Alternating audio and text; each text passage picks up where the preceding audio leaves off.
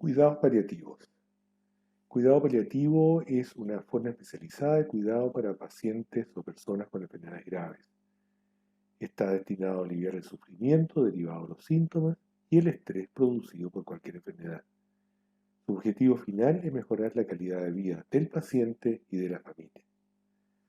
Esto es distinto al cuidado terminal, que es aquel que damos a pacientes a punto de morir, destinado a que lo puedan hacer en forma confortable y rodeados de sus seres queridos. El concepto básico de este tipo de cuidado terminal es enfocarse más en cómo se vive a cuánto se va a vivir.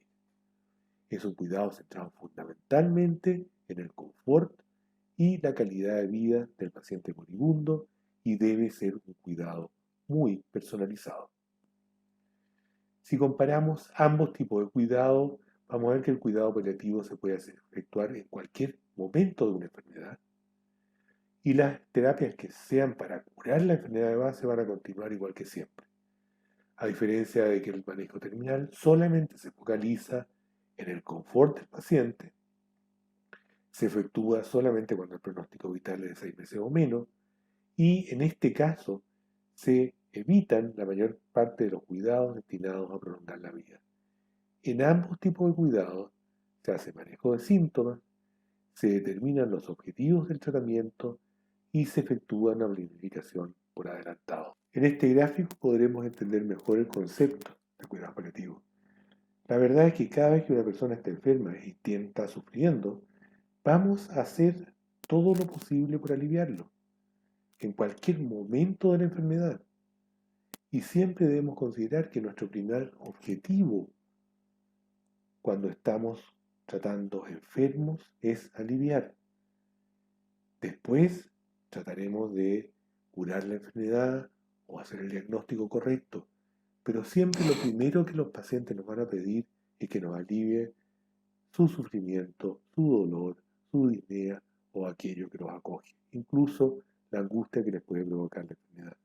Por lo tanto, siempre que una persona acuda a nosotros por un problema de salud, vamos a hacer cuidado paliativo, simultáneamente con los tratamiento activo para curar la enfermedad de base o todo lo que se puede hacer además. Cuando llega un momento en que la enfermedad ya no tenemos nada que ofrecer desde el punto de vista curativo y sabemos que queda poco tiempo, ahí entramos en la etapa de cuidado al final de la vida, cuidado terminal, en el cual por supuesto lo único que vamos a hacer es aliviar al enfermo, incluso sacrificando el tiempo de vida que pueda tener.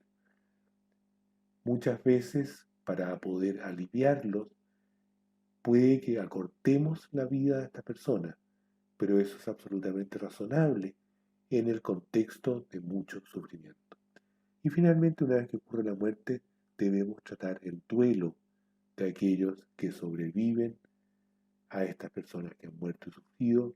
Los duelos generalmente van acompañados de mucha culpa, por lo tanto es muy importante acompañarlos también en el proceso del duelo. Los componentes básicos y clave en cuidado paliativo son toma de decisiones, en el cual siempre vamos a determinar valores y objetivos del tratamiento. Vamos a tratar de hacer una planificación por adelantado de qué es lo que va a ocurrir a futuro y qué es lo que quieren que se haga en determinado momento de la enfermedad. Vamos a tratar de explicar qué va a ocurrir con la enfermedad, con nuestra experiencia. Vamos a hacer una evaluación del pronóstico que le vamos a comunicar a los pacientes. Y finalmente vamos a tratar de definir qué es para ellos una buena calidad de vida. Eso puede depender mucho de una persona a otra. Esto va asociado a un apoyo psicosocial y espiritual que va de consejería hasta trabajo social, muchas veces trabajo pastoral en personas creyentes, ayudar a los cuidadores que enfrentan una tremenda carga con enfermos que están sufriendo y finalmente el manejo del duelo, como lo decíamos antes. Y el último componente del cual vamos a hablar muy poco en esta clase es el manejo de síntomas. Los síntomas más importantes que vamos a enfrentar en esta persona son dolor, disnea, la angustia y depresión propia de la enfermedad, todos los síntomas digestivos que han asociado a enfermedades graves y el delirio, que es un tipo de alteración de conciencia muy frecuente en enfermos graves, a veces agravado por medicamentos que nosotros mismos estamos administrando. Los principales dominios del cuidado paliativo son ayudar a tomar decisiones a los enfermos. Acuérdense que los enfermos son autónomos, ellos decidirán qué es lo que quiere que se haga y no se haga, y nosotros debemos a toda costa respetar los deseos y decisiones de los pacientes. El apoyo psicosocial y, como les digo, finalmente el manejo del síntoma. La comunicación debe ser siempre veraz. Esto es muy importante. No sacamos nada con mentir. Los pacientes saben a qué se están enfrentando, saben los problemas que van a tener y deben ser informados de su condición, especialmente cuando estamos enfrentando a los enfermos terminales. Y esto puede estar centrado en decirles, mire, usted va a vivir más de lo que usted cree que va a vivir, que va a tener una buena calidad de vida, que va a lograr algunas metas personales que quizás no logró antes y que es el momento de hacerlo, y finalmente que va a morir en paz, de acuerdo a lo que él considere, él o ella considere que le va a dar paz en su vida. Es muy importante a los adultos mayores, incluso cuando están sanos, antes que se enfermen, pedirles que en condiciones de absoluta tranquilidad y libre de angustia puedan expresar su voluntad acerca de los tratamientos que quieren recibir al momento de enfermar. Y esto no tiene que ser necesariamente al final de la vida, sino que en cualquier momento que deban ir a un hospital o deban ser beneficiarios o requerir algún tratamiento invasivo. El ideal es que estas directivas queden por escrito y que sean respetadas tanto por los terapeutas como por las personas que los rodean. También es muy importante, especialmente cuando sabemos que nos vamos a enfrentar a una enfermedad en la cual podamos perder la capacidad de tomar decisiones o no estemos en condiciones de tomar estas decisiones, que haya algún representante nuestro que pueda expresarlas. Ese representante debe velar por nuestros valores y no por los de él. Esta guía puede ser muy útil para guiar conversaciones acerca del final de la vida o de enfermedades graves. Separa la conversación en varias etapas. La primera es preparar la conversación, explicarle a la persona que quieren hablar de la enfermedad que tiene y saber por adelantado qué es lo importante para ellos, para poder explicándole que eso nos va a ayudar a tomar las mejores decisiones terapéuticas posibles de acuerdo a sus valores. Segundo es evaluar, y esto es muy importante, preguntar a las personas que saben de su enfermedad. En general saben muy poco. Y más importante, si saben algo de lo que les va a pasar a futuro, claramente tienen ideas preconcebidas muy erróneas, que es el momento de aclarar. Y algo muy trascendental en esto es preguntar qué información realmente quieren recibir, porque hay gente que no quiere saber nada. Y debemos respetar también que habrá personas que no quieren saber de lo que les va a ocurrir. Por lo tanto, preguntarles si quieren saber todo lo que va a ocurrir, si quieren saber exactamente la verdad, eh, para que puedan tomar una decisión importante. Y después viene compartir. Esto es compartir las dudas que nosotros mismos tenemos como profesionales, explicándole que estamos tratando de decirle lo más certeramente posible lo que ocurra, pero que nosotros también tenemos dudas e incertidumbres. Explicarle que los pronósticos que nosotros hacemos a veces no se cumplen, que puede que estén erróneos, que puede que las personas estén mejor o peor de lo que nosotros hemos dicho, pero que en el mejor de los casos nosotros estamos tratando de decirles lo que en el mejor de nuestro conocimiento creemos que va a ocurrir. Muy importante explicarle a los pacientes que estamos preocupados por lo que les va a ocurrir, que nosotros estamos compartiendo con ellos la preocupación y la angustia de su enfermedad. Y de esta manera ya entrar en materia al explorar qué es lo que quiere que sepan. Uno, cuáles son sus metas si su salud se empeora. ¿Quiere prolongar la vida a toda costa? ¿Quiere sufrir lo menos posible? ¿Quiere vivir su vida plenamente? ¿Quiere hacer alguna cosa que no haya hecho antes? ¿Reconciliarse con alguien? ¿Solucionar sus problemas espirituales? Cualquier cosa. Y segundo, preguntarle cuáles son los temores o preocupaciones que creen que les va a deparar la enfermedad. Curiosamente, cuando preguntamos esto, en general los pacientes van a responder que más que morirse, les preocupa sufrir antes de morir. Y dentro del sufrimiento, lo que generalmente mencionan es dolor. Por lo tanto, esto es muy importante tenerlo presente porque probablemente en esas temores y preocupaciones donde nosotros vamos a poner el esfuerzo terapéutico en los cuidados paliativos. Saber qué cosas les dan fortaleza para enfrentar la enfermedad. Estar cerca de los familiares, vivir, a veces tienen metas como vivir 1 o 2 meses más para estar en el cumpleaños de alguien o esperar el nacimiento de un nieto o cualquier situación que pueda darles la fuerza para vivir un tiempo más.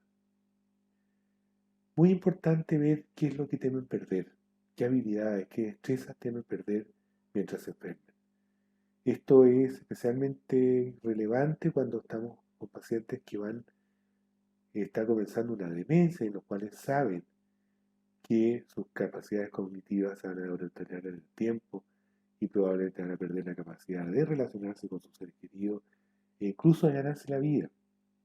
Por lo tanto, eh, probablemente eso va a marcar también el momento que no van a querer seguir viviendo y hay que tenerlo en cuenta.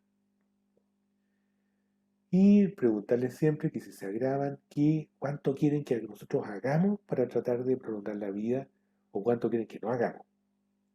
Y finalmente, como generalmente esta conversación es con el terapeuta o el profesional de la salud y el paciente, generalmente 1 o 2 personas presentes, saber si la familia sabe de acuerdo, sabe lo que quieren y lo que esperan en el momento que estén graves. Y finalmente terminar esta conversación explicándoles que de acuerdo a los valores, a sus preocupaciones, a sus temores, a lo que ellos quieren, lo que nosotros proponemos hacer es tal o cual cosa, que puede ir desde intentar una quimioterapia de rescate a solamente tratar el dolor o finalmente hacer una sedación paliativa si no hay nada más que hacer. Una vez que nosotros proponemos el plan, preguntarle al paciente que si está de acuerdo con el plan que hemos hecho y volver a decirles que trataremos de hacer todo lo posible por ayudarlos durante la enfermedad, sabiendo que como profesionales tenemos tremendas limitaciones, podemos hacer hasta por ahí, no siempre podemos ayudar todo lo que quisiéramos ayudar, pero que el paciente sepa que cuenta con nosotros como profesionales. Este es un formulario que vale la pena conocer. Se puede encontrar en una página web que se llama el Proyecto Conversación y está destinado a enseñar a las personas, a los profesionales, a poder conversar con enfermos que están en condiciones de recibir cuidado paliativo. Trae bastante información, muestra alguna estadística que es muy importante, que el 92% de las personas dicen que quieren conversar con sus seres queridos al final de su vida, que el 80% quiere conversar con sus doctores si están gravemente enfermos para saber qué es lo que les va a ocurrir y para poder además expresarle sus deseos al final de la vida. Este es un formulario que permite llenar una serie de información por el paciente sobre qué es lo que quiere que se le ofrezca. Y aquí vienen algunos datos de qué es lo que quieren conocer, qué tipo de ayuda quisieran recibir, si tienen una enfermedad terminal, cómo les gustaría recibir esta ayuda. Este es un formulario bastante completo que vale la pena conocer y puede servir para traducirlo incluso al español y poder usarlo en pacientes que requieran cuidado paliativo. Finalmente, muestra que debe comunicarse la información y que deben conversar. eh, Finalmente nos enseña a ser pacientes para poder darle tiempo a las personas. No todos van a tomar todas las decisiones inmediatamente. Eh, Tratar de que las conversaciones sean lo más fluidas posible, de tal manera que las personas puedan hablar tranquilas. Y acordarse que una muerte digna o una buena muerte puede ser un concepto muy distinto para una persona y otra. Siempre acordarse que nada está definido, especialmente cuando estamos hablando con pacientes al final de la vida. Por lo tanto, todo lo que hagamos debe ser muy consensuado con el paciente y con la mayor tranquilidad posible. Este es un documento que también conviene conocer. Es para poder llenar directivas anticipadas por escrito. La idea es que esto se llene cuando las personas están bien, no cuando están enfermas y angustiadas. Y contempla todas las posibilidades de tratamiento fuera del hospital y dentro del hospital. Si ustedes quieren ver el documento original, está en esta página web. Está en inglés y está en castellano. Esta es una versión simplificada que hicimos para que ustedes puedan conocerlo y que pueda ser un documento que ustedes tengan si lo quieren usar. La idea es llenar el nombre del paciente, su fecha de nacimiento y después ir llenando las preferencias que tengan sobre los tratamientos que quieran. Lo primero que se pregunta aquí es por resucitación cardiopulmonar y esto tiene mucha importancia porque las resucitaciones cardiopulmonares generalmente ocurren fuera del hospital. Si hacen una orden de no resucitar, significa que nadie debería intentar resucitarlo si tienen un paro fuera o dentro del hospital. Esto tiene cierta importancia porque se sabe que las personas después de un paro quedan bastante dañadas, muchas no quieren que esto ocurra, por lo tanto optan por la no resucitación. Y después viene la alternativa de si quieren hospitalizarse o no. Siempre uno probablemente va a llenar que quiere hospitalizarse porque hay muchas condiciones que uno pudiera tratar bien, sin necesidad de recurrir a tratamiento invasivo. Y después viene todo lo que puede ser invasivo. Ventilación, diálisis, nutrición artificial por sonda o gastrostomía, nutrición arterial por una vena, hidratación artificial por una vena, ya esto es simplemente pedir que ni siquiera se hidrate, y poner algunas otras preferencias de tratamiento cuidado que los pacientes profesionales debieran tener en cuenta. Por ejemplo, yo pondría, por favor, no atarme a la cama, una cosa que veo muy habitualmente, que es muy desagradable, y lo hacen justamente para poder darle nutrición artificial con una sonda, para que no se saquen la sonda con la mano. Realmente para mí sería muy angustiante esa situación y probablemente si estuviera llenando yo este papel, pondría ahí que por favor no me ataran a una cama en el momento que esté hospitalizado. La idea es que esto se firme, se ponga la fecha de la firma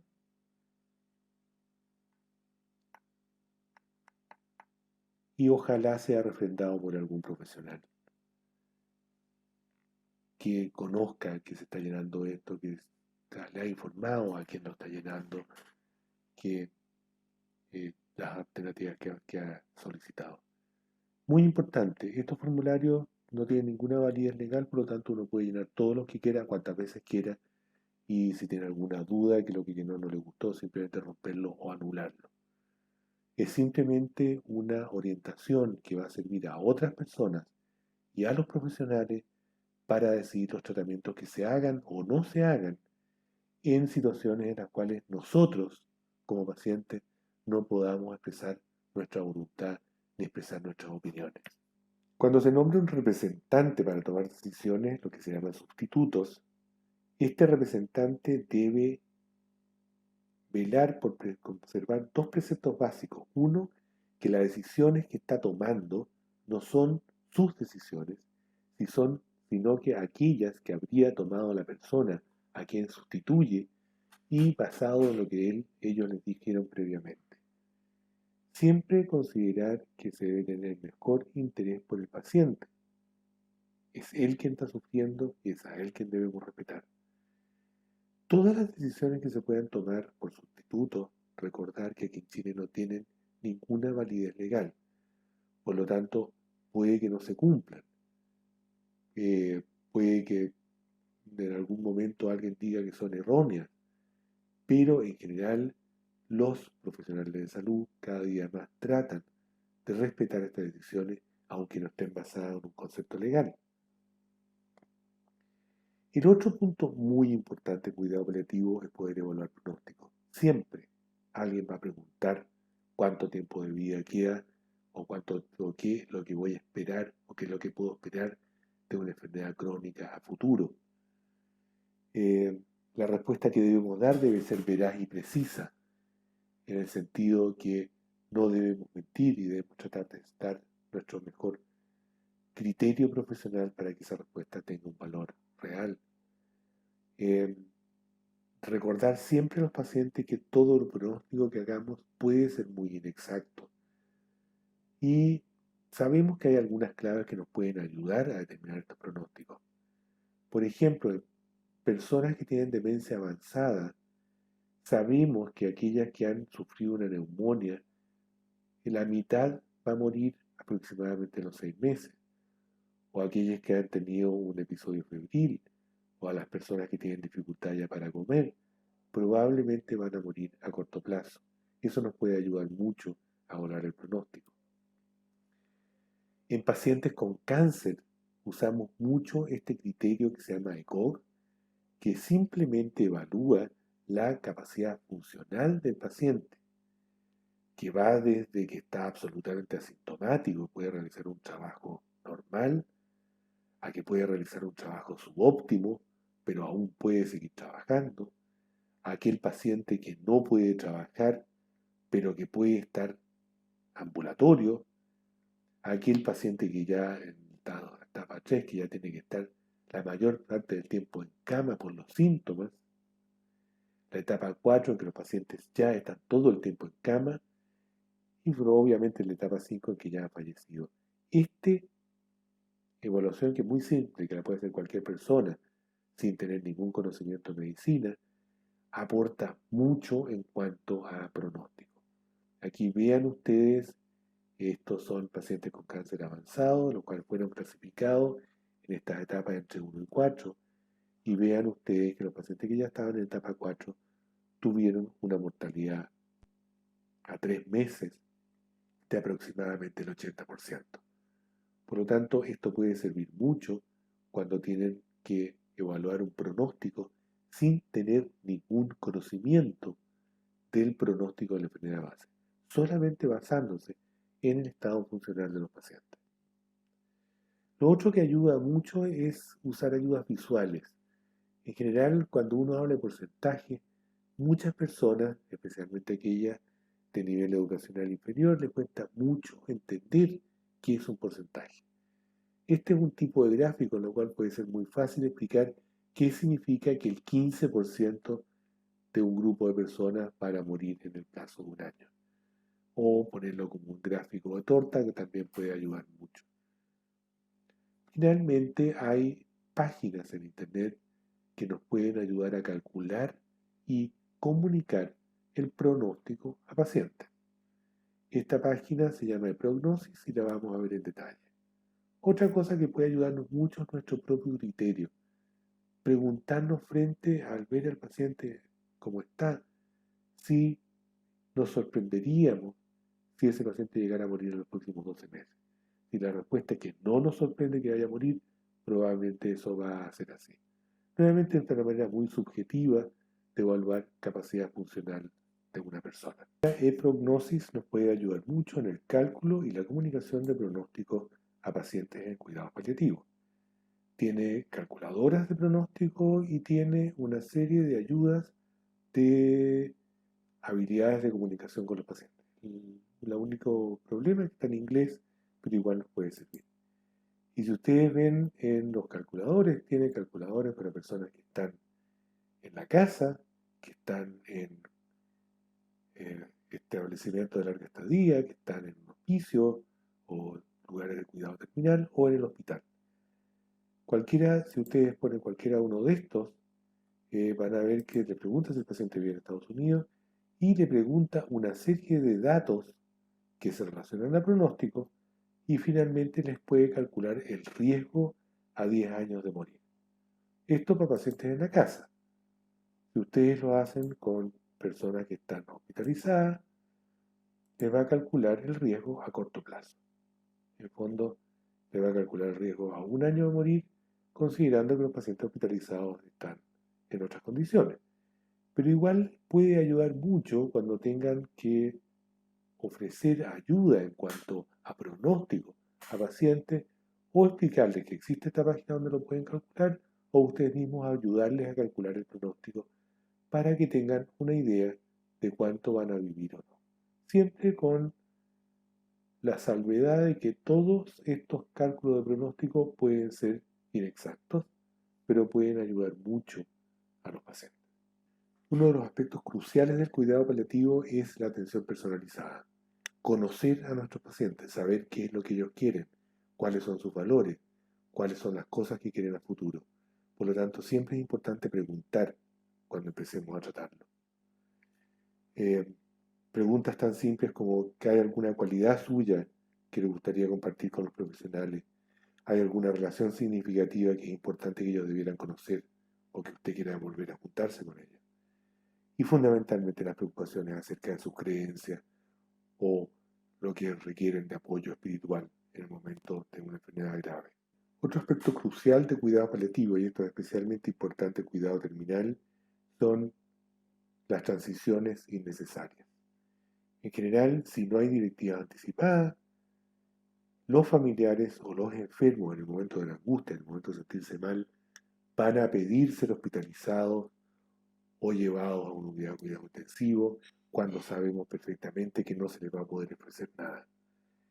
En este sentido, en los estudios en Estados Unidos han mostrado que aproximadamente 20% de los pacientes terminales en algún momento fueron transferidos en forma errónea al hospital antes de morir. Y otros tuvieron múltiples hospitalizaciones durante los últimos 90 días de vida. Y estas hospitalizaciones, en más del 75%, son innecesarias o discordantes con los deseos de los pacientes y con sus directivas firmadas antes de enfermar.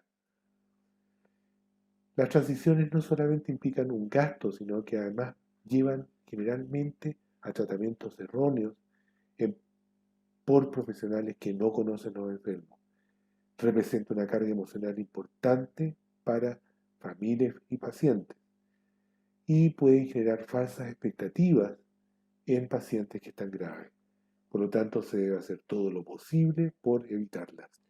Cuando nuestros pacientes mueren, viene enfrentar el duelo de los cuidadores. Es muy importante que como profesionales orientemos a los cuidadores porque ellos mismos reconocerán muchas culpas porque se sienten aliviados al ver partir a las personas que estaban sufriendo. Y este lo muestra un estudio hecho en Estados Unidos con cuidadores informales en que el 90% consideró que la muerte fue un alivio para el paciente que cuidaban y ellos mismos, el 72% también se fueron aliviados. El 68% afirmó estar preparado para la muerte de estos pacientes que generalmente eran algún familiar de ellos queridos. Y esto es importante porque debemos enseñarles a que en el momento que mueran sus seres queridos probablemente no van a sentir gran pena porque ya se han preparado con el tiempo y han vivido el duelo durante el curso de la enfermedad. Y que muchas veces el alivio es real porque sienten que ya no están ni sufriendo ellos ni sufriendo el paciente. La relación entre duelo y depresión es muy vaga, pero en general se considera que un duelo normal debe durar aproximadamente 6 meses y sobre ese tiempo, o si realmente altera mucho la vida de las personas, se considera duelo patológico. El duelo normal es pena que debe ser manejada como tal. Si hay una depresión, esta debe ser manejada de alguna otra manera. Y en este mismo estudio se mostró que aproximadamente el 40% de las personas que vivieron el duelo después tuvieron algún grado de depresión y requirieron algún tratamiento. Muy importante, La depresión ocurrió más comúnmente en personas que institucionalizaron a sus seres queridos enfermos más que en las personas que bien los vieron morir. Y esto tiene mucho nuevamente que ver con culpa. En cuanto a los aspectos críticos del manejo paliativo, lo que generalmente se va a tener que manejar es dolor, la disnea o la sensación subjetiva de falta de aire, todo lo que se refiere a nutrición e hidratación, el delirio, que son los cambios de conciencia que ocurren, y la depresión y la angustia. Vamos a referirnos fundamentalmente ahora a nutrición como un ejemplo de lo que puede ocurrir en el manejo paliativo. Los demás temas no se tocarán en esta clase. En general, cuando un paciente que está grave y sabemos que va a morir no quiere seguir comiendo, la más importante y lo más sabio es respetar su voluntad. Generalmente los pacientes terminales no sienten hambre. Comer les produce más molestias. Y comer sabemos que cuando es una situación terminal no prolongará ni mejorará la calidad de vida de esta persona. Esto es muy importante tenerlo en cuenta cuando vayamos a tomar una decisión en conjunto con ellos o sin ellos acerca de nutrición artificial. ¿Cómo podemos hacer la nutrición artificial? A través de una sonda que se coloca en el estómago o que llega al yeyuno, o a través de una gastrostomía que se coloca por vía endoscópica. Este es un procedimiento relativamente sencillo en que queda una sonda colocada en el estómago, de tal manera que no hay una sonda saliendo por la nariz. En general, ustedes se darán cuenta que una sonda que está en la nariz, lo primero que ocurre en una persona que tiene algún grado de alteración de conciencia es que se tratará de sacar este tubo que les molesta. Por lo tanto, sonda generalmente significa o inmovilizar a las personas o sedarlas para que no intenten sacársela. Esa es una ventaja de la gastrostomía porque como queda más oculta, en general los pacientes no tenderán a sacársela. Cuando decidamos que vamos a usar una nutrición artificial en una persona, tenemos que tener muy claro que esta nutrición artificial va a mejorar o la calidad de vida o la sobrevida de las personas. Siempre es importante acordarse que es más fácil no instaurar un tratamiento que suspenderlo una vez iniciado. En esto es muy importante tener en cuenta la reacción emocional de los pacientes y familiares frente al uso de nutrición artificial.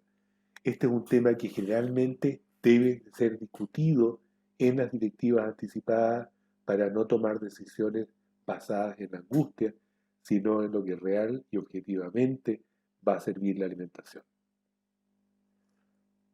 Se deben discutir las ventajas y desventajas de cada uno de los procedimientos y explicar que en general la nutrición por sonda o gastrostomía no va a prolongar la sobrevida de pacientes terminales y ambas se asocian a molestias y complicaciones. Si una persona de edad avanzada tiene muchas enfermedades asociadas y hay poca claridad acerca del pronóstico o el pronóstico definitivamente malo, los beneficios de la alimentación por sonda, por supuesto, son muy dudosos.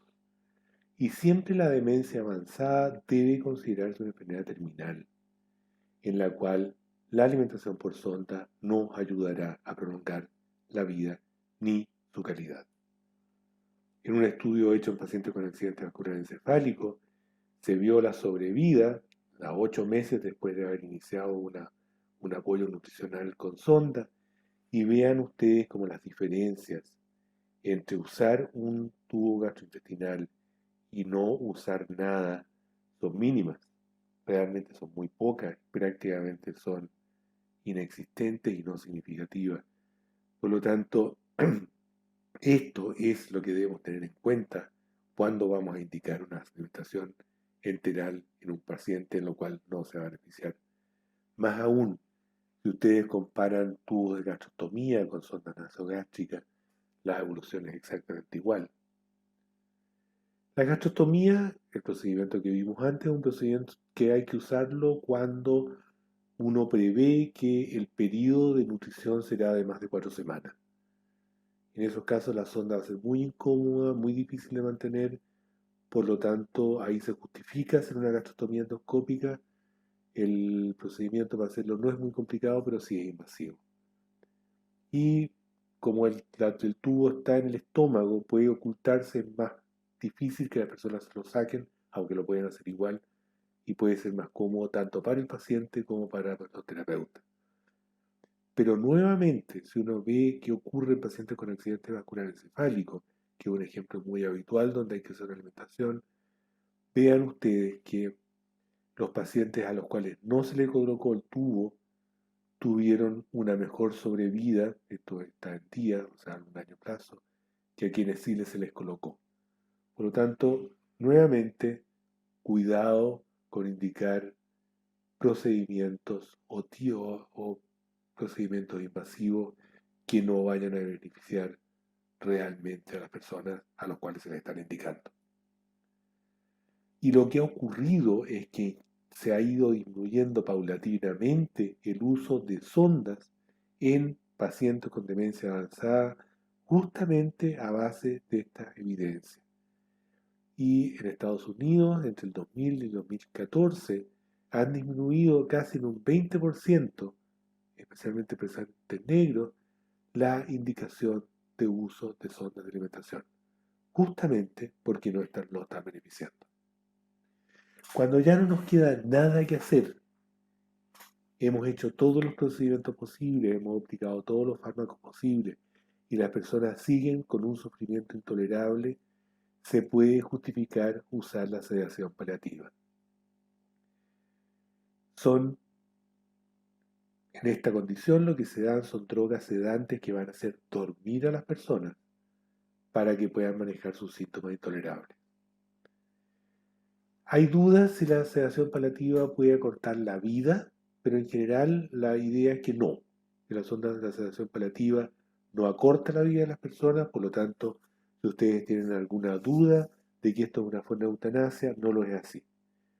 Y no ocurre el fenómeno del doble efecto, que genética se considera doble efecto cuando decimos estamos dañando para aliviar, dañando en el sentido de acortar la vida. Incluso más si realmente la sedación paliativa acortara la vida en personas que están teniendo una calidad de vida miserable y están sufriendo lo indecible, probablemente igual le indicaría. Las razones más importantes para indicar sedación paliativa en otras partes del mundo es fundamentalmente delirio, disnea o sensación subjetiva de falta de aire, que es muy angustiante, el distrés psicológico por lo que significan estas enfermedades y el dolor. Quizás el punto más controversial es el distrés psicológico, porque ha costado mucho definirlo. Justamente por eso es la indicación más controversial de sedación paliativa. Solamente debe ser usado en situaciones de estados muy avanzados de enfermedades terminales, y los síntomas refractarios deben ser definidos por más de una persona.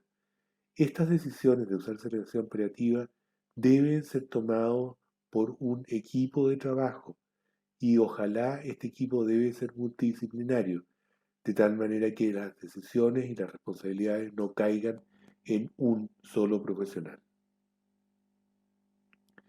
De los medicamentos, lo que más se usa para sedación paliativa es el midazolam, que es una benzodiazepina que uno puede titular fácilmente la dosis para mantener a las personas durmiendo y tranquilas.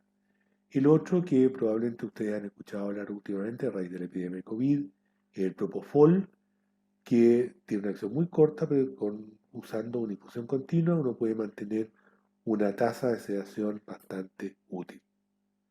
Y los otros son los que menos se usan en general. La clorpromacina o la arocolidol se usan bastante menos. No vamos a entrar en el detalle de cada uno de estos medicamentos, pero acuérdense que probablemente si hubiera que hacer sedación paliativa, nos quedaríamos con el midazolam o con el propofol, que son los más útiles. Finalmente, cuando ya no hay nada más que hacer, se plantea la posibilidad de la muerte asistida por profesionales. Bien claro, en Chile esto no es legal, pero ya se está discutiendo en el Congreso la posibilidad de aprobar algunas circunstancias en las cuales se va a poder hacer muerte asistida por profesionales. Esto es lo que se llamaba antes eutanasia o suicidio asistido. La diferencia entre las dos, una, cuando el profesional administra directamente las drogas que van a causar la muerte, se habla de eutanasia. Y cuando el profesional provee las drogas que causarán la muerte que la persona tomará por su cuenta, eso es lo que se llama suicidio asistido por profesionales.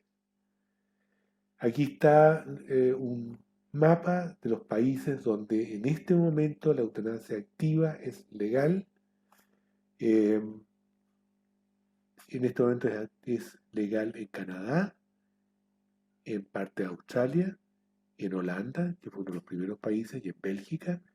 Y en Sudamérica el único país que tiene eutanasia legal es Colombia. Nosotros aparecemos como teniendo eutanasia pasiva legal, pero la verdad es que nada de esto está definido en Chile. Probablemente en la medida que se discuta más acerca de la necesidad de que haya eutanasia, probablemente vamos a poder llegar a una legislación coherente con las necesidades de los pacientes. En Estados Unidos hay varios países que están permitiendo la muerte asistida por profesionales sin hacerlo directamente, sino que proporcionar los medios para que los pacientes puedan morir tranquilos. Esto ha ido progresando paulatinamente, cada día hay más países que están aceptando la muerte asistida como profesionales como una alternativa válida en personas que están sufriendo mucho. Y curiosamente, cuando en Holanda se legalizó la eutanasia, que fue en el año 2000, pasó algo muy especial. Se mandó después una encuesta para ver qué había pasado antes de la legalización de la eutanasia. Y vean ustedes que el número de eutanasias indicadas antes y después de la legalización fue prácticamente igual. O sea, esto es una práctica que se hace habitualmente en los países, aunque no sea legal. Familiares directamente hablan con terapeutas que lo van a hacer sin que haya ninguna repercusión legal por esto. Pero cuando no es hecha en forma legal, no hay decisiones colegiadas, no hay grupos que pueden ayudar a tomar las decisiones y por supuesto las decisiones no van a ser tan correctas como cuando el procedimiento es legal y claramente estandarizado. Finalmente, un ejemplo, esta es una atleta paralímpica que en el año 2016 anunció que iba a pedir muerte asistida por profesionales en Holanda porque tenía una enfermedad degenerativa que le provocaba mucho dolor. Llamó la atención que hubiera salido en el diario y finalmente esta mujer pudo tener lo que ella quería y en el 2019 pudo tener una muerte asistida por profesionales debido a su dolor. Por lo tanto, esto ya está ocurriendo en países desarrollados, falta algo para que ocurra en Chile, pero debemos pensar cuál es nuestra posición frente a este tipo de terapia, cuál va a ser nuestra posición cuando nos pidan los pacientes hacerlo. Por supuesto que aquí, igual que en el aborto, puede haber objeción de conciencia, pero puede ser una solución para muchas personas que están sufriendo por enfermedades que no tienen ni una posibilidad de recuperarse.